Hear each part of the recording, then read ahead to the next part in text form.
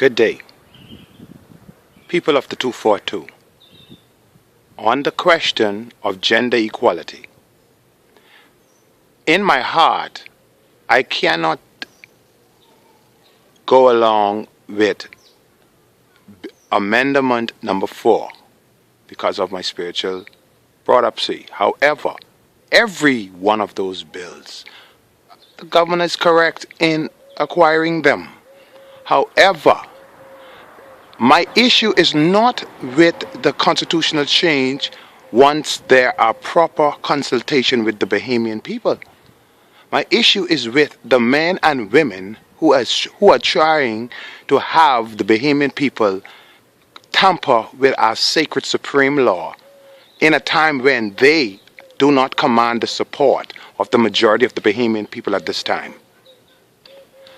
I ask the Bahamian people in their own interest, in all of our interests, in the interest of national security, to please delay the referendum in respect to gender equality and the questions until the men and women who have lied to the Bahamian people, who refuse to honor the Bahamian people, honor the Bahamian people by living up to their word and their word what ought to be honorable.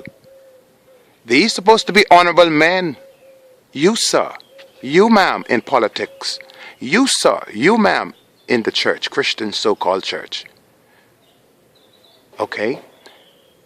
The issue why the Christian church is so silent is because the bigger of them, majority, are involved with this corruption. The policies of the government in the last 24 years have been treasonous towards the average individual Bahamian citizen as it relates to national development. And I am of the view and of the opinion, more than any party, a National Development Association must be legislated by the will of the people. If you want to legislate it, you have to choose it. In 1965, Bahamas, why they refused to talk about 1965, they would talk about 48. They will talk about 53. They will talk about 59. They will talk about 62. They will talk about 67 in respect to the unions and their so-called struggle. But they refused to mention what great works was being done in the Sodus Islands in 1965 as relates to associations or association. They refuse because the president of that association and the people, okay, dates back to the 1800s. Relative to the name Miller, Amos Miller. I'm the great-grandson of Elijah. Where was Sir Lyndon, Huberding, and all Perry Christie in the 1800s in the Sodus Islands? Is this one of the reasons why the majority of your governor generals, Bahamas, cabinet ministers, senators, and so forth came from Auckland's, Crooked Island or Long Key or the Sodus Island area?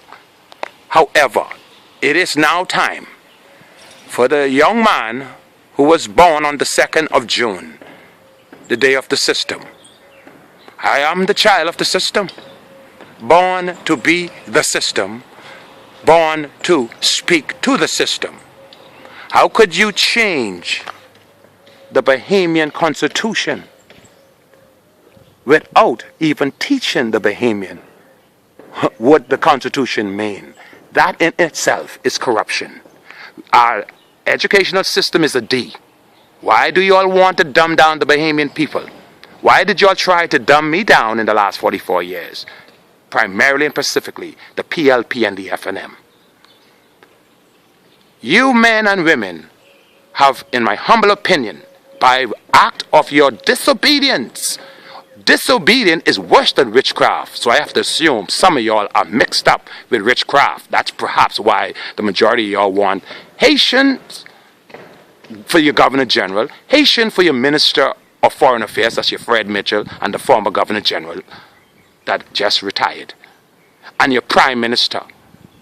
This country has never experienced a full breed native where mother, father, grandfather, grandmother, great-grandparents, all dates back to the 1800s, leading up, even my son born in 2000. And nothing is going to change. I will never surrender the sovereignty of my nation, the sovereign life and lives of my nation because of corruption and money. I serve the world notice, and I shall soon explain to my Bahamian people why Amos J. Miller Israel is the arm of the light. Amen.